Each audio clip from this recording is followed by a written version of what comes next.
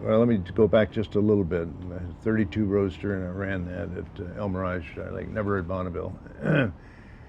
But I wanted to go faster, and I wanted to try something a little bit different. So I decreased the, uh, the size of the engine by using a V860, which Ford made for 3 or 4 years during the Depression.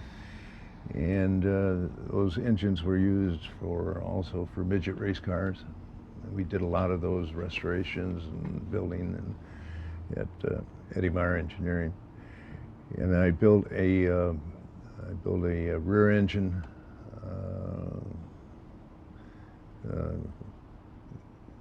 called not a Lakester, but it was called a modified Roadster. And I ran that for 2 or 3 years. Started out, the first run I made was 119.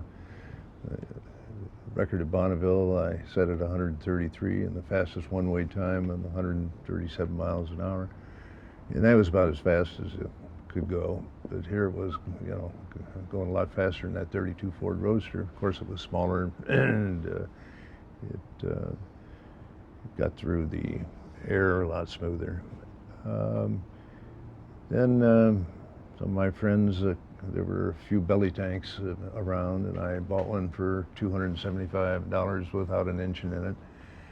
And I put in a Ford flathead, and I knew what I was going to do with the car. I was going to buy one of the new Chrysler engines that came out in 1951 model year.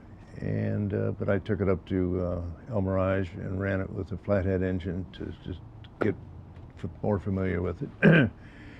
And then between that time and 3 or 4 months later, Bonneville was going to start, and I had my Chrysler engine, hemispherical engine, ready.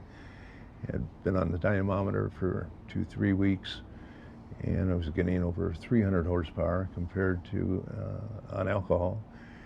Compared to flatheads that would get about 225 horsepower. So I'm picking up 100 horsepower. And in those days, in the early days, there wasn't nitromethane or special fuels at all, or if there was just a few people using them.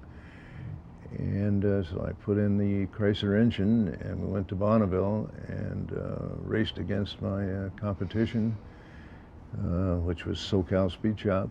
And they had one of the best flatheads that was ever built.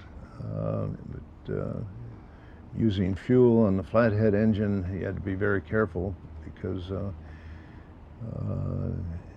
could burn the valves or burn a hole in the piston. And I didn't know really what I had with the Chrysler. I knew because I spent a lot of time on it and studied the hemispherical engine. But I was just concerned on using too much fuel. So the maximum fuel that I used was 30%. Some of the guys were using twice that much. You're talking nitromethane. Nitromethane, yeah.